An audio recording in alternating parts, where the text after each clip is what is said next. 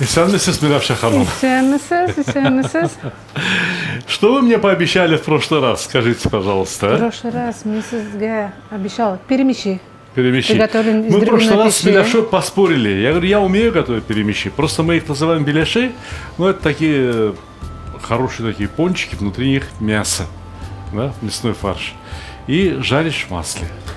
И получается очень-очень вкусно. Дырочку надо еще делать. Милявша говорит, что Сегодня у нас перемещи. это, во-первых, называется перемещи. Перемещи запеченное. Можно также приготовить жареное. Перемещи запеченные. Значит, мне очень приятно слышать вот этот красивый татарский акцент. Когда вместо че говорится ще. Если по-русски писать, русский надо писать перемяч. А говорят перемяч. Перемяч. Да? Перемяч. И по-русски пишется чай, а татары говорят чай. Для теста мы сегодня взяли Да, что там? Что было в стакане? молоко, суть Кислое или пресное? пресное, Пресное? Ну, Пресное. давайте. И масло, яйцо, да? сливочное масло. Всегда везде. Сколько сливочного масла берете вы? 30 грамм сливочного масла. Как я сказала, я везде соль, сахар ложу по вкусу. И дрожжи, да? Дрожжи у нас прессованы. Также можно использовать Сухие? сухие. Тоже можно использовать, Да. Ну, пол пакетика хватит, да, сухие? Да, сухие полпакета. А такие дрожжи сколько берете? 10 грамм. 10 грамм. 10 грамм. Что, их хватит? прессован. Конечно, хватит. Долго же А будет туда дрожжи, подниматься? что лучше? Нет. Они быстро работают. Это живые, да? Да. И здесь тепло. Здесь на Тепло, кухне очень да. тепло. Здесь нет Все сквозняка. это И... перемешали. Добавляем муки. Потихонечку кладем. Замешиваем. После прошлой съемки, когда мы готовили эчпочмак, если кто-то не посмотрел, обязательно посмотрите, как Милявша готовила эчпочмак.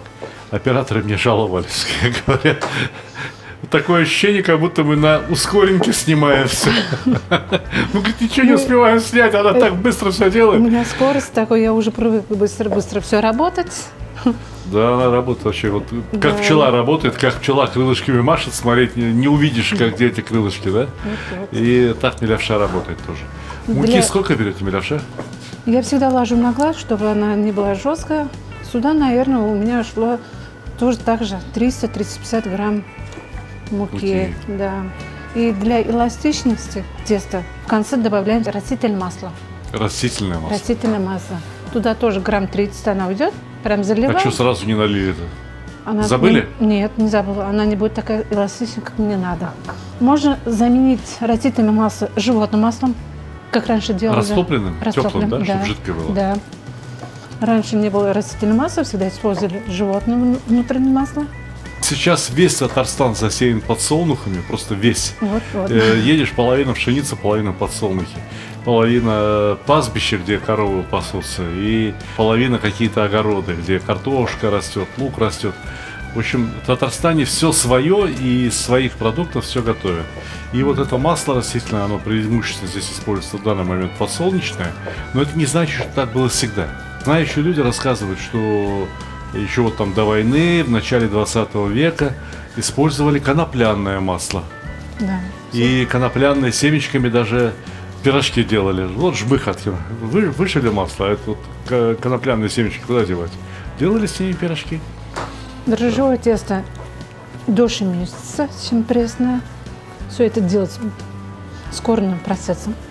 Обогащается кислородом. На видео-то еще ее можно снять, а на фото невозможно снять. Ты снимаешь, а там все размазано, потому что руки все двигаются так быстро. Да. Только что я добавила... если что-нибудь и снимете, только улыбку Милявши. Вот у нее улыбка постоянно на лице, она вот это единственное что-то постоянное в ее образе, а все остальное двигается. Да. Как видите, к салу она не прилипает.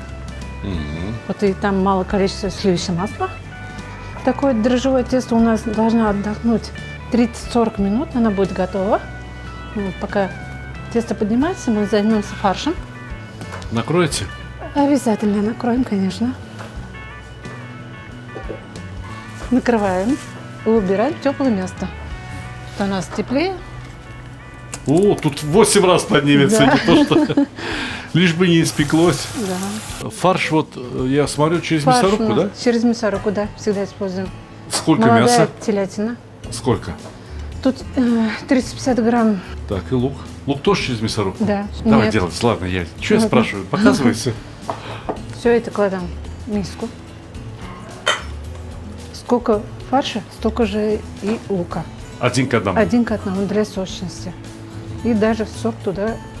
Это же Блин. лук, от лука же. Ну, конечно. Че, это же не вода. Да. Солим, перчим. Как я говорила, я Вот люблю. перец хорошо кладет, молодец. Я без перца не могу. Остро, Я тоже это не мое. могу. Все это перемешаем. Раз, Чуть-чуть и мясо пожиже. побелело. Побелело мясо от контакта за с луковым счет, да, соком. да, Да, да. маринуется, мясо уже маринуется. Это мясо вот так вот 10 минут постоит, его кушать можно. Ну, раньше, когда пельмени делали дома, всегда Ага. ели. Пока мама там делала пельмешки. Мама фарш уже- отвернется, вы фарш кушали, да? Да, сырой фарш ели. Ну, конечно, сейчас не заставишь, что фарш была от народной массы, чуть-чуть отбиваем. Фарш у нас готово, Пусть постоит, да? постоит, да. Тесто пусть постоит, фарш пусть постоит. А мы пока чай попьем. А вы приходите сразу после рекламы. Как там у вас Тесто у нас все готово. поднялось? Ну, оно же еще поднимется, да? Да, Наверное, пока еще сформируете, поднимется, да. потом все равно должны будет постоять. О, какое мягкое стало. Тесто отдохнуло, поднялось. Также делаем кружочки По сколько грамм? по 50. Рука уже набита на этот грамм. Интересно, а вот завтра скажут, давай делай по 70 грамм, получится? Ну, придется помучиться чуть-чуть, но все равно получится. Руки уже набиты 50, 100, 150. Выпекаете тоже вот на формах? Да, как да, да, сковородка, всегда используем такие И сковородку, сковородки. разумеется, надо смазать маслом, да? Всегда смазывают растительным маслом, потому что когда пищи готовим, если сливочное масло, там она начинает подгорать, поэтому всегда растительное масло. Небольшие кружочки раскатываем. Вот готовите вы преимущественно татарские блюда. Какие еще блюда вот других народов любите или готовите, хотя бы для себя? Люблю восточное. Это у нас пахлава турецкая. Лишь бы была сладкая. Так, То, что связано с сладостью. что И еще? узбекская это плов. Узбекский плов. Да. Приезжайте ко мне в Москву, я вас научу делать азербайджанскую пахлаву. Вы турецкую забудете потом. Надеюсь. Опытом, конечно, набраться надо еще. Я свое тесто закончила. Сейчас в середину раскладываем фарша. Фарш какой интересный стал. Смотрите, он такой вот прям приобрел вот такой сероватый оттенок. Да. Промариновалось За счет мясо. лука. Чтобы было тесто тонкое и начинка больше. Когда вы готовили с вами чпачмак, вы добавляли сливочное масло. Да. Это было очень хорошо, это было очень вкусно. А вот сюда перемяч. Ремеш нет, не добавляем, потому что сама говядина она более нормальная, не сухая. И лука побольше. Один к одному я сделала, чтобы не было. Ага. Значит, жира добавлять не надо. Нет, нет. Фарш вы берете примерно Истечется. 1,5 столовой ложки, точно так же, как на чпачмак, Да, да? да. Ну покажите, как вы его лепите. Круг. А вы можете медленно показать, чтобы ребята успели снять? Да. Так, с оборочками. В Еще. виде юбки. Все это собираем. Потихонечку шагами. Вот, вот. Если сделаем, жарим, перемещать, тоже так же в середине оставляем дырочку и начнем отправлять, чуть-чуть прожимаем. Расплющивайся чуть-чуть, Да. И чтобы в середине дырочка оставался. Для чего дырочку оставляем? Чтобы фарш доходила. И левша. Припеклось. Что-то маленький перемещ. Не маленький. Сейчас они сдуются. Тесто у нас дрожжевое. Надуется, точно Конечно, надуется. Конечно. Ну, смотрите, если перемяч не надуется, я на вас надуюсь. Губы надую и буду обижаться сидеть. Как где мой перемяч большой? Люблю большие перемячи. Мы говорим перемяч по всему бывшему Советскому Союзу. Везде, где люди говорят по-русски, во всех этих республиках, странах, знают слово беляши. Беляши. Беляши перемещаем. Чем они отличаются? Беляши добавляем рис Беляш. отварной. Вот они вакбалиш у нас нет, называются. нет, мы готовим вот беляши, не добавляем рис, вот такой фарш. Ну, Лук, тогда мясо. у вас перемещи.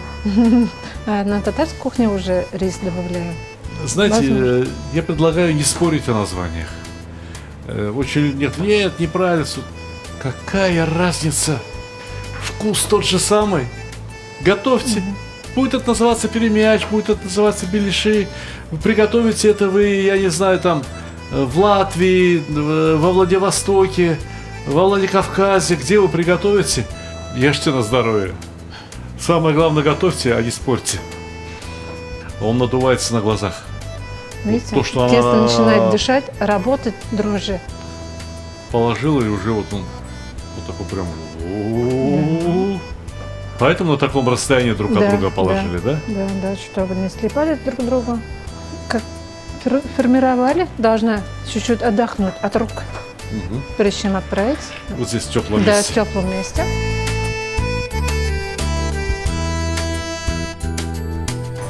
Я чувствую запах. Наверное, наша пельмеши уже готова. Тяжелый, конечно. Ну, наконец-то хоть что-то ей тяжело. Сказала бы мне, но я бы открыл. Что Красавчики. красивые получились? Ва. Сейчас. Ой-ой-ой. Они Сейчас я иду к вам. изнутри там бурлится. К нам торопятся наши пельмеши. Вон он, смотри, какие. Видите, как Смотри, они у нас кипит. с нами Весь фарш внутри кипит. шептаются. Бежим к столу. Это все мне? Нам.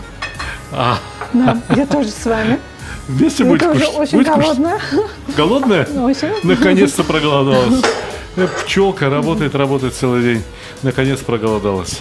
А это что такое? Это следующее масло. Ай-яй-яй. Внутрь надо чуть-чуть тоже. Ой, внутрь тоже попало. Вот это да.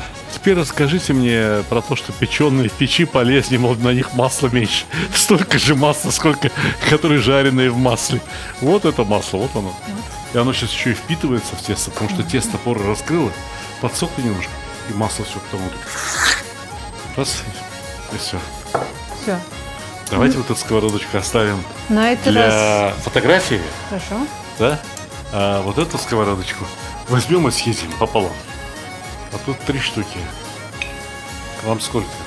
Половину. Вам 2, вам 2, мне одну. Давайте. Она работала, а я могу и посидеть. Вот сейчас возьму. Нет. Двумя руками мы? Да, двумя. Ладно, хорошо. Да, я не буду смотреть. Ну, горячие. Дай вилку, разломаю. Нет, не поняла. Нет, смотри. Вот поэтому говорят, кто с татаркой живет, 1 год за 3 считается. Она у тебя вилки заберет, ложки заберет. Еще у нее, смотри, скалки какие. Вокруг покажи скалки. Да. Ну что? Как с ней поспоришь? Вот она. Внутри котлета. Тесто вот какое тесто. И прям аромат идет. Запах идет. Пар идет. Поднимается пар. И я это долго не буду снимать. Все, все, идите, все, давайте, все. Что им надо сказать, а? Что им надо сказать, чтобы они... Все, до свидания. До свидания. Всё, А Ашлар, там там для был булсын, там для булсын. Все, до свидания. Давай. Нам некогда, мы будем кушать.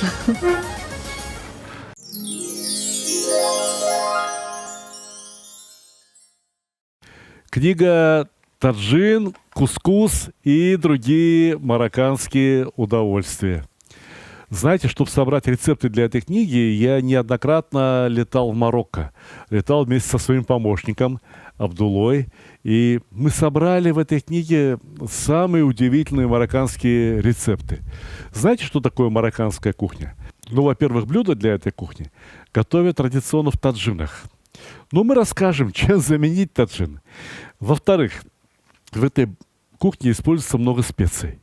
Но на наше счастье все эти специи продаются на наших рынках. И даже в обычном супермаркете можно пойти и купить все вот эти специи, которые здесь на картинке. Ну а продукты Самые обыкновенные. Мы тоже готовим еду вот из лука, из помидоров, из болгарского перца. Мы готовим эту еду, нашу еду из баклажан, кабачков, сельдерей, тыква, морковка, перец, цветная капуста. Скажите, пожалуйста, что-то есть здесь незнакомое? Ну, на самом деле, что-то незнакомое есть, например, соленые лимоны. В Марокко можно в любой лавочке купить, а я вам расскажу, как можно эту восхитительную закуску сделать прямо дома. Какое масло используется, какие необычные специи используются, все очень подробно. Посмотрите на фотографии. Это Абдулла, мой помощник и друг. А это Камаль Рахаль, сын шеф-повара короля Марокко. И мы готовили вместе с поварами, которые готовят для королевских праздников, для королевских свадеб, для королевских юбилеев. Но при этом пошли на улицу и посмотрели, как готовят в таджинах на улице. Вот просто на автобусной остановке. Это ведь тоже очень интересно. Я расскажу вам о марокканских базарах, я расскажу вам о ресторанах, что стоит заказывать в Марокко, а что нет. Мало ли чего, может кто-то соберется поехать в Марокко. Но в целом эта кухня, по моему мнению, является как бы продолжением узбекской либо азербайджанской кухни. Понимаете? Вот вроде бы все то же самое, только вкус немножко другой. Вкус новый, блюда новые. Вот, кстати говоря, та кухня, где готовится еда на королевские праздники. Видите, какая огромная кухня, огромные казаны. Заказать эту и другие мои книги можно в интернет-магазине stalik.ru. Эту книгу можно получить еще и бесплатно, если вы купите 2 другие книги. Подробно об этом рассказано на моем сайте. Там постоянно происходят какие-то акции, скидки. Так что обращайтесь на сайт, вам помогут сделать правильный выбор. А при желании вы можете получить эту книгу еще и с моим автографом. Желаю вам успехов!